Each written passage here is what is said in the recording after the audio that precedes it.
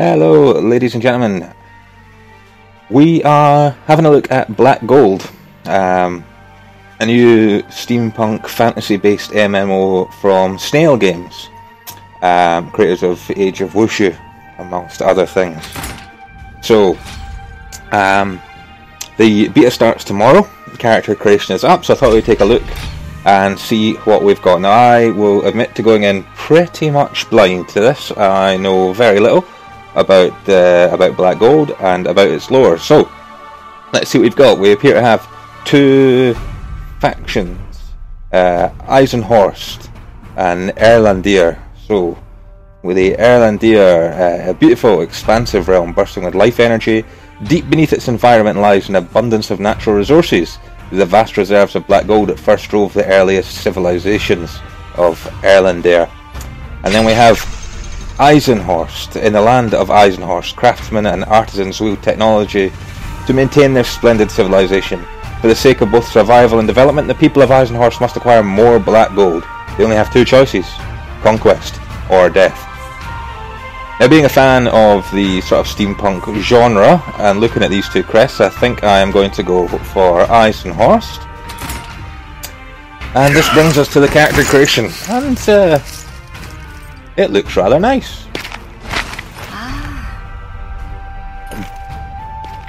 Scantily clad females, obviously, it's an MMO. What do you expect? Okay, so we've got two races here. We've got here the Bovontian and Dwarf.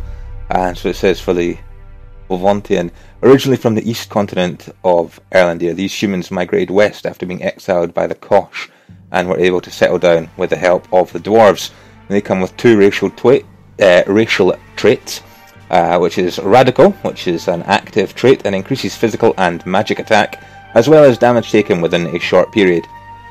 And then they have a passive trait as well, Pinpoint, increases critical hit rate and has a chance to reveal the weakness of enemies, increasing their damage taken. And if we take a look at the dwarves, there they are. And it says the dwarves were the first to inhabit Western Montel and were the inventors of steam technology. They're small in stature but immensely strong and take great pride in their beards. And the racial traits they have: Courageous, reduces damage taken greatly within a short period, and Undaunted, it's a passive that reduces physical damage taken with a chance of boosting endurance when attacked. So, we'll go Dwarf for the purpose of this, and select a class. So there's Punisher, Gunslinger, Assassin, Spectromancer, Thaumaturge, Occultist, Spellsword, Geomancer and Skycaller. So the Punisher has a very high defense, average attack, control, assist, endurance and low area of effect. And it says in conventional combat, Punishers are without peer. Their swords deal massive damage and their shields protect them from devastating blows. So this looks like it's going to be your typical sort of warrior come paladin class. One-handed sword, shield, and signature skills: an active eviscerating whirlwind, a spinning attack that deals 5 damage every second to targets within 5 yards. Final Judgment deals physical damage to targets within 10 yards, then stuns them for 2 seconds. And Benediction, physical attack damage and aggro are increased and damage taken is reduced, last 10 seconds. This looks very much like our basic tank class. So, Gunslinger. Very nice. Gunslingers thin enemy ranks from afar with brutal efficiency and critical strikes. And as you can see, they have excellent AoE, good attack and control, very poor assist and endurance though, and mediocre defense. And their weapon is the rifle, and signature skills are Hollow Points, deals critical damage to a single target. Combat Ready increases maximum HP, armor, agility and attack. Normal attacks also deal more damage. And then finally the Fixed Position Attack. Fire high energy shrapnel at a target area, damaging and snaring enemies. They look like a nice ranged AoE type class. The Assassin is next.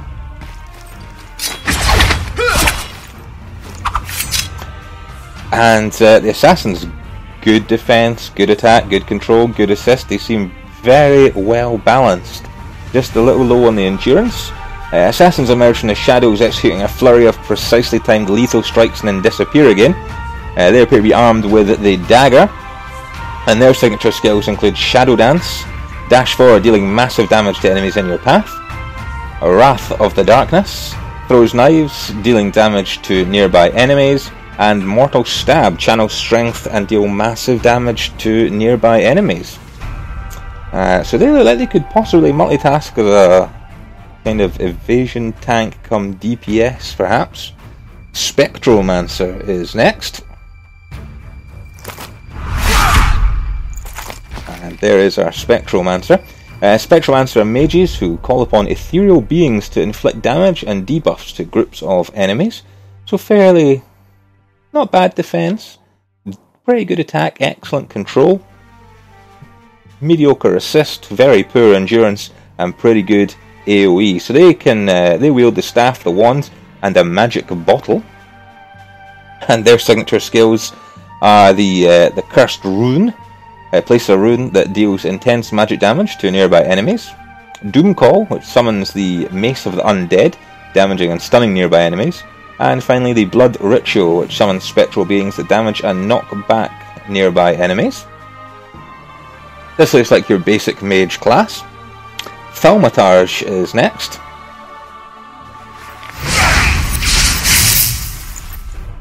And Thaumaturge's summon cursed spirits to deal damage over time, sending enemies fleeing in terror. About average defense, excellent attack though. Average control, below average assist and endurance, and pretty good AoE.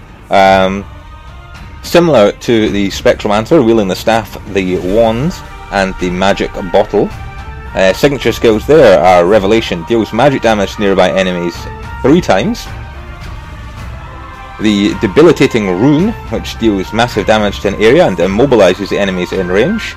And the Demonic Protector, which summons a Demonic Protector, funnily enough. So again, they look fairly similar to the Spectromancer. And next up is the Occultist.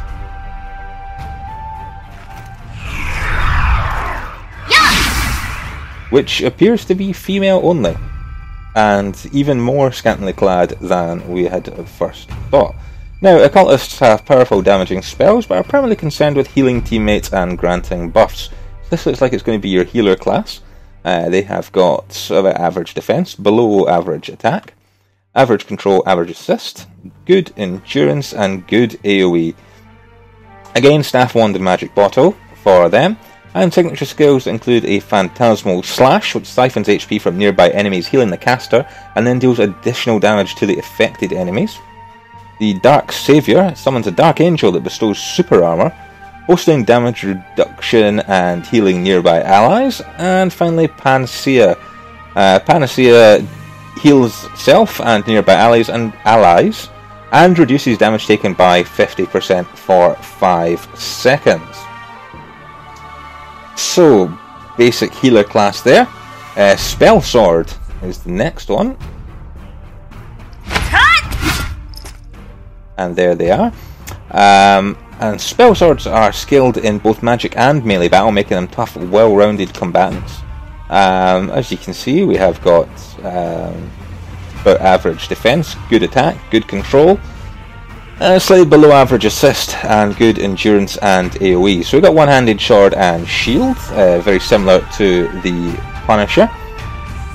And the signature skills here, the Berserk Carve, which lunges forward, dealing physical damage to nearby enemies. Nearby enemies also take more damage. The Ethereal Sword summons a giant sword that damages nearby targets every 3 seconds. Increases the spell sword's attack, movement speed, and MP regeneration. And finally, the Blade Breaker, which spell sword leaps forward into attack nearby targets, dealing damage 3 times and repelling them. So DPS class by the looks of it, but DPS with a sword. So Geomancer is the next class.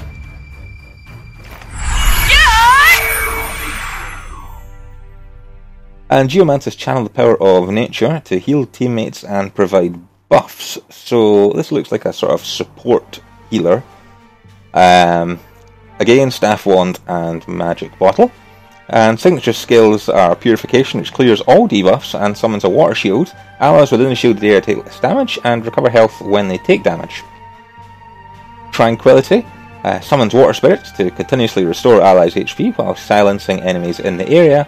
And finally, the Circle of Life, which deals natural damage to nearby enemies while healing nearby allies. And then the final one we have is the Sky Collar.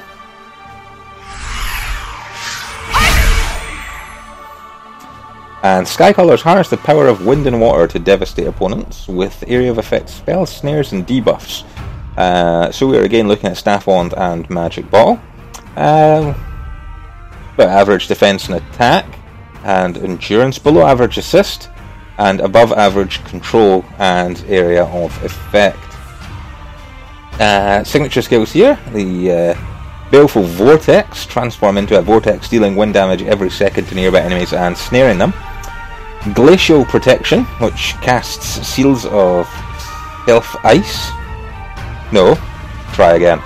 The caster seals Self-Ice and is damage resistant, rooted and silenced for a short period when the ice breaks nearby enemies are frozen. And Icicle Crush, which summons a giant icicle, damaging enemies in the area and causing them to deal less damage. So, we're going for the standard tank class. That's us. And so let's see what this character creator has to offer. We have a number of... oh wow, okay. A number of presets for hair and... wow, okay. They like bright colours on these dwarves, don't they? Okay, I don't want presets. I also don't want a giant pink beard, so let's just go back to a sort of default looking one for the moment.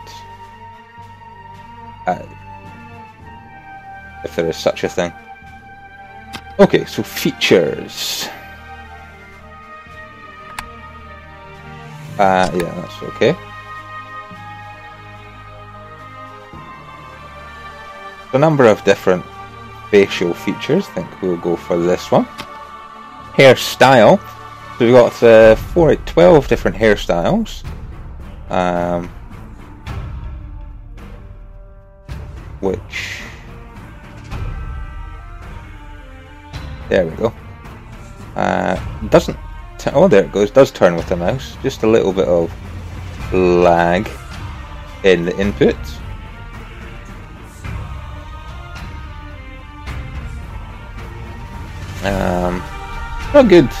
A good selection of hairstyles.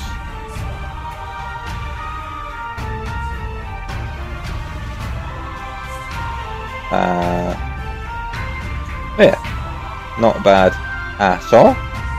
We'll take this one here. And beard. Now I guess we have to have a beard. They're apparently very proud of their beards.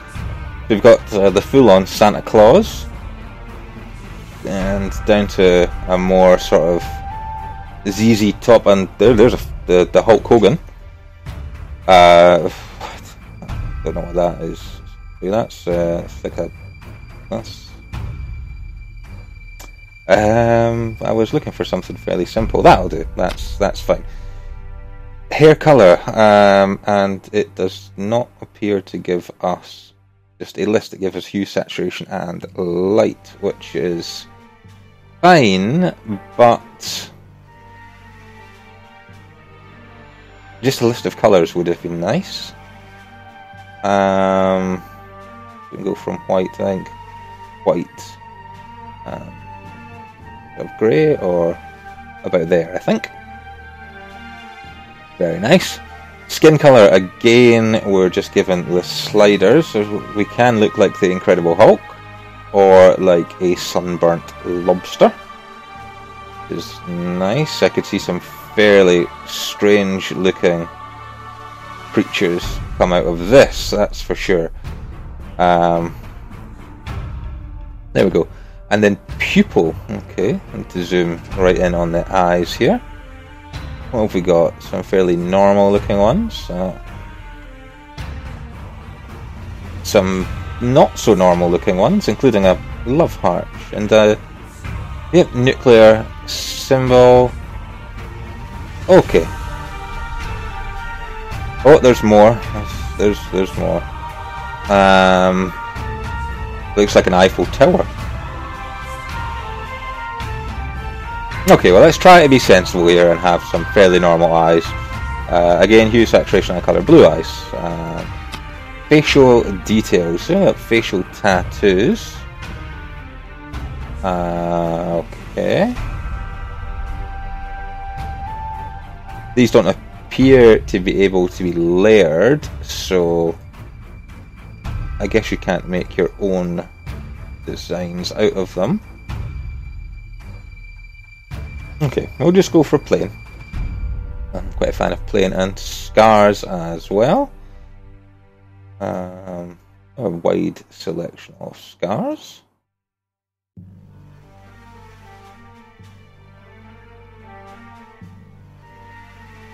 I mean, graphically it looks quite impressive.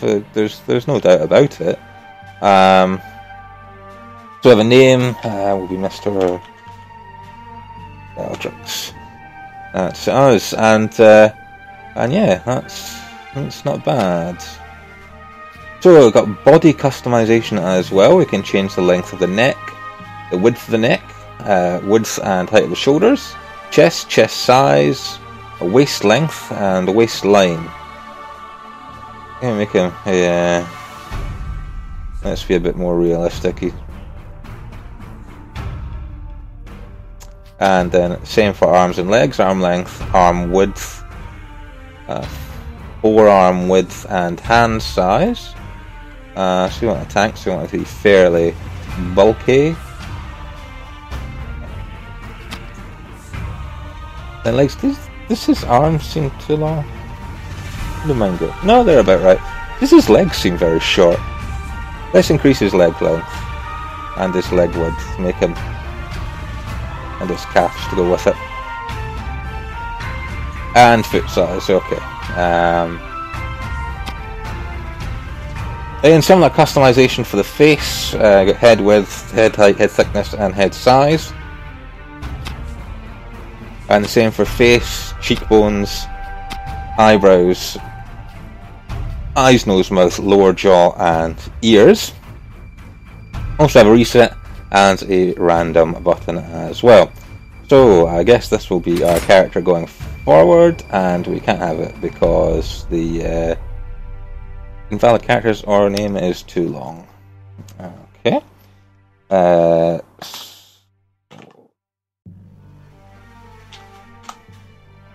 Let's try it just as Bellatrix. Name contains invalid characters or is too long. This isn't going so well. Maximum 14 characters. Certainly not over that. Let's try the male equivalent, which is Bellator. There we go. Apparently something like Bellatrix it didn't like. I'm not sure what that was.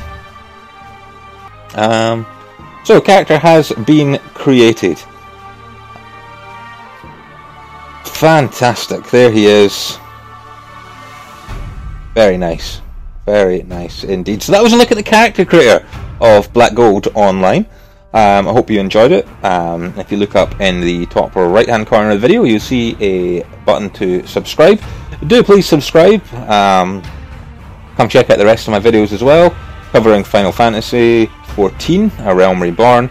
Also got some WildStar Let's Plays in there, and you can also catch me on Twitter. It'd be great to hear your feedback on there. Links are in the description below, and also you can watch me on Twitch. The link is down there, where I will be streaming Final Fantasy, WildStar, probably some Hearthstone, and maybe even some Black Gold if we get this going in the open beta. So I look forward to seeing you all there. Thank you again for tuning in, and I'll see you next time. Take care.